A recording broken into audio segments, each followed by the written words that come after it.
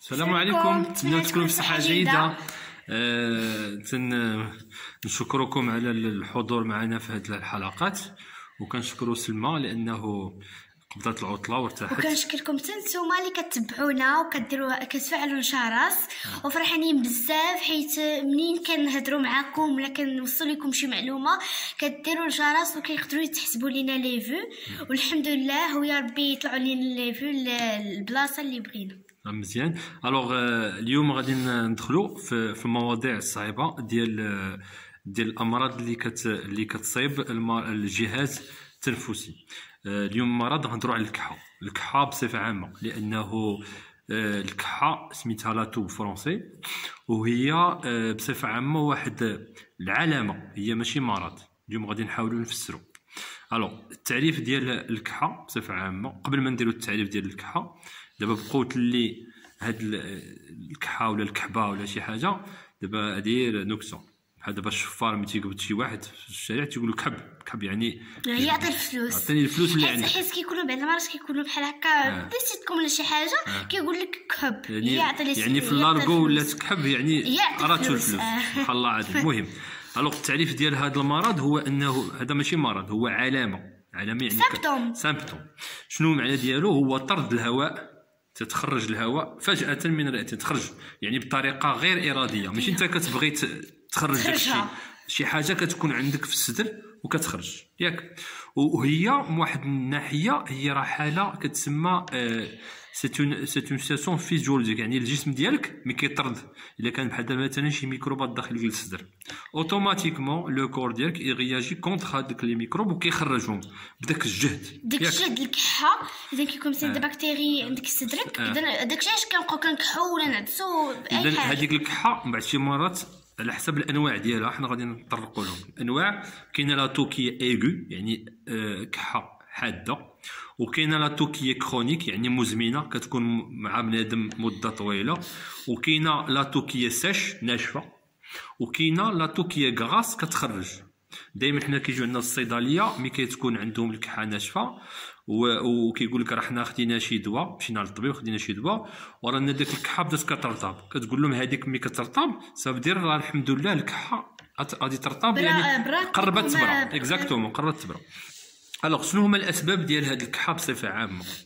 الكحه بصفه عامه ملي الانسان تيبقى يكح بزاف كتجي حرق في الصدر ديالو ياك، الضلوع ديالو كيبقاو يتزيروا له. كاين بعض المرات كطرى ليك هكا بحال حرق راسك، كيمشي حرق راسك بزاف. بعض المرات كطرى ليك مثلا ملي كتاكل شي حاجه بارده، شي حاجه كضرك حلقك. وهذا الحريق تيكون حتى في الكرش. ومن بعد شي مرات ملي كتكون الكحه بزاف راه ما كتقدرش تشد حتى البوله، تقدر داك السعله بقوه السعله تبول شي حاجه في سروالك. ومن بعد شي مرات الكحه على حسب النوع ديال المرض ديالها كتكون الارهاق يعني فاتيك جينيرال.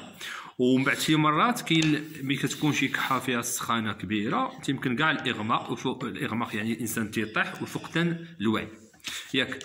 الوغ دابا هاد الانواع ديال هاد ملي كتجينا هاد الكحات بحال هكذا، حنا ملي كيجيو في الصيدليه ملي كتكون شي كحه غير عاديه تنقدروا نعطيو سيرو، ملي الكحه ما كتمشيش اذا هنا كيخصنا نصيفطوا للطبيب. كنمشيو للطبيب. ملي كنمشيو للطبيب عند شكون كنمشيو؟ الغاسترو. لا ماشي غاسترو ديال الصدر، لو بنومولوج. وي تمشيو عند لو بنومولوج حيت الغاسترو سينا. الوغ دابا البنومولوج شنو هاد البنومولوج؟ شنو التشخيص ديالو؟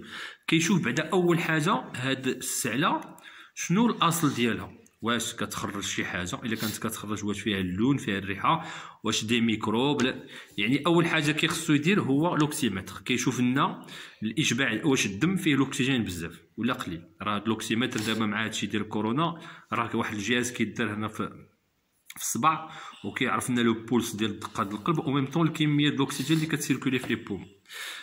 كيخصنا نديرو قياس ديال التنفس ولا بد، شحال الفوليوم ديال الاكسجين اللي كيدخلنا في الصدر، وكنديرو لي راديولوجي ايفيدامون. هادو هما تشخيص الطريقه باش كيشخص لو بنومولوج.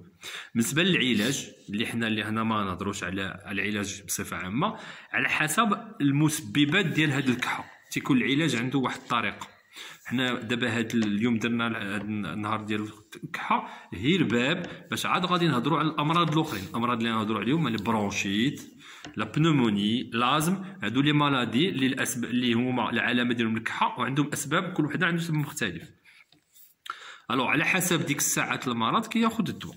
الوقايه اللي غادي نقولها دائما في هذه الحلقات هو انه اللي يعطيكم السر لا دوش من دوشو ما تخرجوش حيت حاولوا تدوشوا دايما كثره كاين شي وحدين اللي كيدوشوا وما كينشفوش شعرهم ما خصهمش حتى يخرجوا للزنقه حيت كيكونوا هذا كيكونوا الدوش خصهم يرتاحوا يبردوا يعطيو راحه راسهم خاصه مورا الرياضه ملي كدير مجهود عضلي دوش وارتاح 15 مينوت عاد خرج. بلاتي هذه مهمه ملي كتكون داير الرياضه وكتعرق هذه انا كثره يمكن كنكون كندير الرياضه كتعرق ولا كتشرب الماء بارد وكتخرج اولا كتشربو بارد وكتمرض بالسعله وإلا خرجتي وانت عرقان وما دايرش عليك داكشي هذا لابس المونط ولا شي حاجه غادي تضربك البنت اذا صافي. هذه مزيان واحده اخرى اللي عطيكم السر من تكونوا في هذه الوقيته ديال البرد داك الوحده ولا جوج كتكون الشمس بزاف وتعرقوا الا دخلتوا للدار وحيدتوا كبوت لبسوا نفس الكبوت ما تحيدوش تنقصوا الحوايج